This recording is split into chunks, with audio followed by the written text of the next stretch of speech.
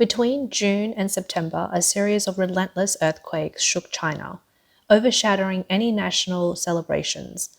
These tremors were incessant, stretching from Beijing to Shanghai and from the Bohai coast to the southwest and northwest. A closer look at China's seismic tectonic map reveals that these affected areas align with the nation's primary seismic belts. Interestingly, out of China's six seismic belts, only two have remained dormant. It feels as though the very ground of the nation is in constant motion. But the question arises, is this merely a geological event, or is there a profound significance behind it? Regions like Shandong, Liaodong, and the Bohai Rim, and Beijing, where two seismic zones ominously intersect, experience an average of 6 daily earthquakes in August.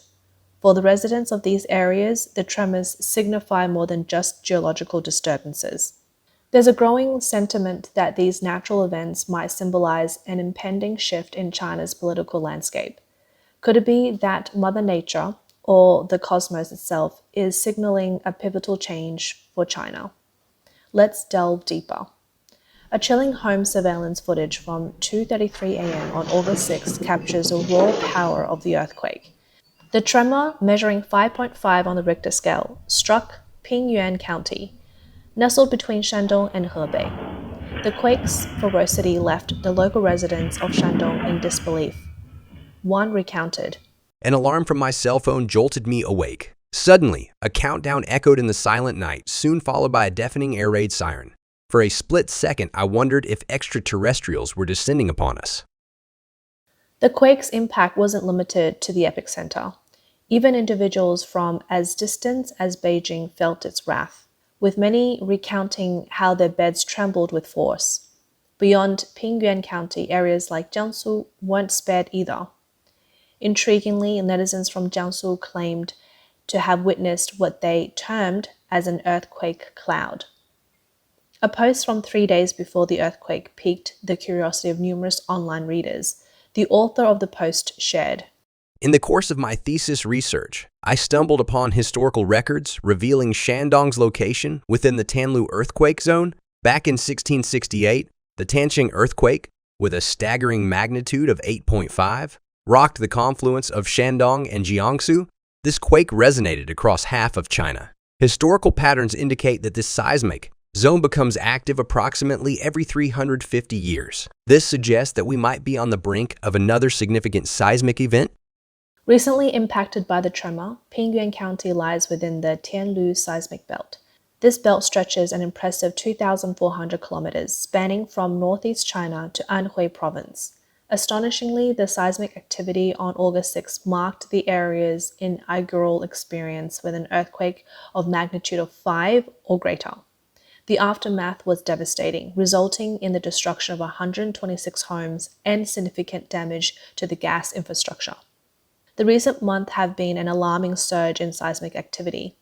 To illustrate, in just 1 week of mid-June, China was jolted by 13 earthquakes, each registering a magnitude of 3 or higher. Fast forward to the second week of August, and the nation felt the tremors of another 9 earthquakes of comparable strengths. Between mid-August and early September, the eastern outskirts of Beijing experienced tremors from 2 earthquakes, each measuring a magnitude of 3 or less. In a startling 70-minute window, Sichuan province was shaken by 3 separate earthquakes. In an unprecedented turn of events, a single day saw earthquakes hitting 4 distinct locations across 3 provinces. Areas in 5 regions of Xinjiang, along with Sichuan, Shandong, and Yunnan province, felt the impact of quakes with magnitudes of 3 or above. The online community has voiced their growing concerns. The escalating frequency of these recent quakes is deeply alarming and unsettling. Adding to the alarm, Shanghai, a city seldom affected by earthquakes, felt the tremors of a 3.1 magnitude quake on the night of June 15. The sentiment of shock and apprehension is palatable among mainland netizens. It's staggering. The sheer number of earthquakes in such a brief period is unnerving. Some are wondering what the events signify. Nature's patterns appear to be shifting. What might this signify? What's more, in August, numerous atypical celestial occurrences were observed both preceding and following these earthquakes. Footage from August 4th unveils a disconcerting sight in Hebei province, a sky blanketed in clouds, yet radiating an uncanny orange-red hue. Especially in Shandong province, cities near the epicenter witnessed a particular red glow in the sky, both before and after the 5.5 magnitude tremor. This mysterious light lingered for over 30 minutes. Multiple netizens took to the internet sharing images and noting the deep red transformation of the sky just a day prior to the quake. Subsequently, in a waterway in Hebei, a curious sight emerged. Dozens of ducks swimming in counterclockwise patterns. At the heart of these swirling formations, two prominent waterfowls, one white and the other black, stood out, their positioning evoking the iconic yin-yang symbol found in Tai Chi diagrams. These enigmatic occurrences spurred animated debates online. Among the myriad of comments, one particularly poignant remark stood out. China is witnessing a cascade of calamities. It feels as though we're navigating through a nightmare. Another footage unveiled a mesmerizing scene in the aftermath of Pingyuan County earthquake. On the 6th, in Henan province, the night sky was set ablaze with swarms of swallows painting a breathtaking tableau. An awestruck local capturing the phenomenon remarked, Incredible. The sky is awash with swallows. Could this spectacle be linked to the Shandong earthquake? They're omnipresent. In the wake of the quake, a video from Hebei province on August 7th showcased geese navigating in intricate zigzag patterns. It's worth noting that this region isn't a customary habitat for geese, hinting at a possible southward migration. However, considering it was still the early days of August, typically the peak of North China's sweltering heat, the premature migration of geese was perceived as an oddity. Deeply rooted in Chinese cultural ethos, natural occurrences are frequently perceived as celestial admonitions to humanity. Such manifestations are believed to presage pivotal junctures, like dynastic transitions or tectonic shifts in the political realm. Against the backdrop of these recurrent portents, power grabs have surfaced within the Chinese Communist Party. The coalition spearheaded by CCP leader Xi Jinping has been at odds with the Zhenjiang coalition, spearheaded by former Vice President Zheng Qinghong and the son of the former president Jiang Zemin, Jiang Mianhen. This feud peaked during the summer summit in August. In a strategic move, Xi Jinping's brigade rolled out sweeping reforms spanning the rocket forces, national security apparatus, state-owned conglomerates, financial sectors, pharmaceutical industry, and the technological arena. This maneuver directly challenged the foundational prowess of the Jiang-Zhen alliance. In a counter-move, the Jiang-Zhen consortium orchestrated a financial stratagem seeking to extract concessions from Xi Jinping on a spectrum of domestic and international directives. Recent upheaval in the financial sector underscores the brewing conflict. On August 3rd, Hong Kong billionaire Li Ka-shing unleashed what many termed as deep water bomb by offering a staggering 30% discount on real estate sales. By mid-August, news broke that Zhongrong Trust, an affiliate of the China Plant Group, missed $1.5 million of payments. Fast forward to August 10th, and the Evergrande Group unveiled back-to-back reports revealing a towering debt of approximately 1.6 trillion yuan. Simultaneously, developer Country Garden projected a loss of 45 to 55 billion for the year's first half. These revelations sent tremors through China's financial sector, precipitating the yuan's devaluation and casting shadows over China's global economic prospects. Analysts are rife with conjectures that the recent real estate debt debacle in China is intricately woven with the Jiangzhe Group's fiscal maneuvers. Allegedly, the group amassed colossal funds through pre-sales and bank credits, funneling money via extensive external liabilities. This modus operandi not only left a trail of uncompleted structures and substantial bank indebtedness, but also set off a financial time bomb, seemingly poised to undermine Xi Jinping's leadership. In the backdrop of the CCP summit, Xi Jinping amplified his regulatory measures. In a counter move, the Jiangzhen faction fastened the deflation of real estate bubbles to further their narrative of China's economic turbulence. Their ostensible objective was to corner the Xi Jinping administration into rescuing the housing sector, thereby triggering a deeper financial meltdown. Prominent global media platforms, including Bloomberg, Reuters, Financial Times, Wall Street Journal, and the New York Times, rolled out articles around August 16th and 17th, predominantly casting a pessimistic lens on China's economic horizon. Gossip mills are abuzz with the claims that the Jiangzhen Consortium has discreetly siphoned off vast reserves from assorted Chinese financial institutions, stockpiling a considerable K of unauthorized assets abroad. The highest stakes confrontations within the CCP are reaching a fever pitch, with the Jiangzhen faction synchronized financial and media onslaughts appealing as an veiled coup attempt. Absent a robust counterplay from Xi Jinping, the trajectory could turn ominous. In the immediate aftermath of the summer summit, Xi Jinping swiftly orchestrated a counterstrike. On August 15th, in an unforeseen move, the People's Bank of China slashed interest rates. In tandem, the Evergrande Group came under official scrutiny, which led to it seeking bankruptcy protection in New York City. Having firmly anchored his second term, Xi Jinping remains deeply attuned to the multifaceted challenge that lies ahead, both domestic and international. While his public proclamations resonate with Marxist-Leninist tenets, in many pivotal moments he leans on Chinese traditions. Credible insiders intimate that Xi Jinping harbors a profound reverence for prophecies from traditional Chinese law, especially those that foretell danger he might face. For instance, upon interpreting a philosophy concerning the rocket forces, Xi Jinping embarked on a decisive overhaul of the military unit.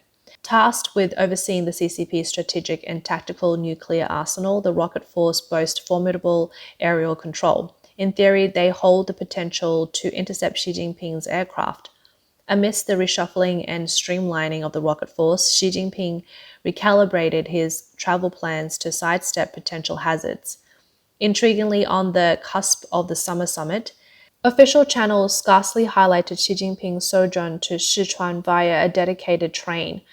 After the summit, Xi Jinping attended the BRICS summit. Upon his return, rather than making a beeline for Beijing, he opted for a detour to Xinjiang. A retinue of high-ranking state dignitaries flanked him, ostensibly to bolster security and thwart any inkling of a coup or assassination attempt. The undercurrents surrounding the rocket force are intricately linked to Jiang Zemin and his son, Jiang Mianhen. Their long-standing affiliation with rocket force luminaries like Jin Zhiyuan and Wei Fenghe have enabled them to wield considerable sway over the military division.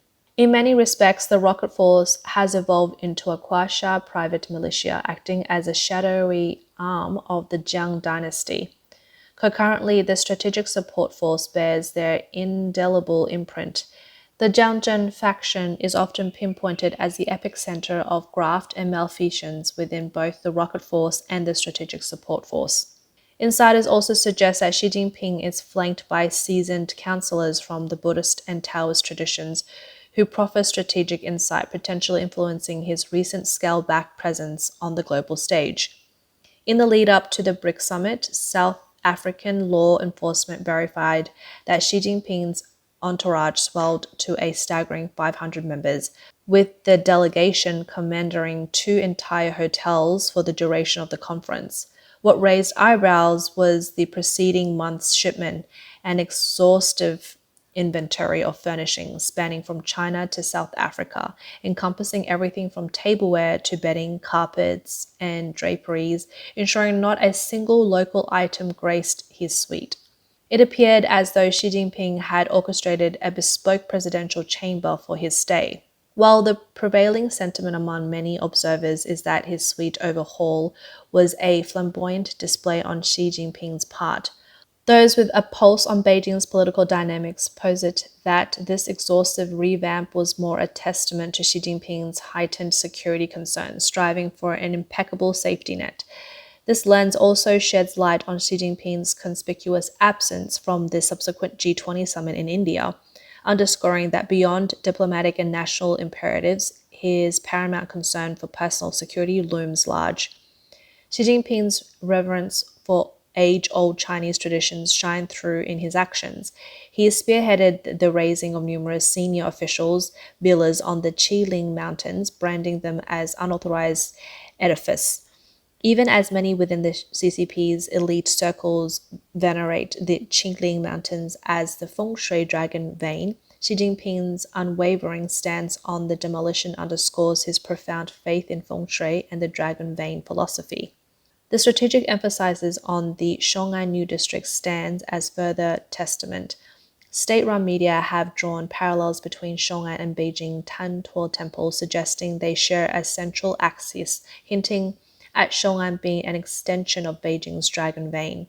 Xi Jinping's dedication to the development and safeguarding of Shanghai is palpable.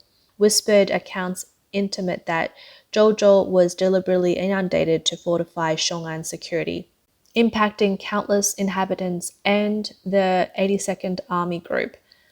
These maneuvers spotlight Xi Jinping's unwavering commitment to traditional Chinese ethos and feng shui principles. Yet a mere homage to traditional Chinese values won't shield the CCP from its preordained destiny. The onus is on Xi Jinping to confront the CCP's historical transgressions against Falun Gong and ensure justice. With a spotlight on the Jiangzhe faction's key players, speculations are rife that Jiang Zemin's demise was remarked by a cascade of celestial events, alluding to the CCP's impending fate. The sands of time are slipping through Xi Jinping's fingers, urging him to chart a path forward with conviction. Age-old adage posits, the CCP's inception was with the snake, and its culmination will be with the snake.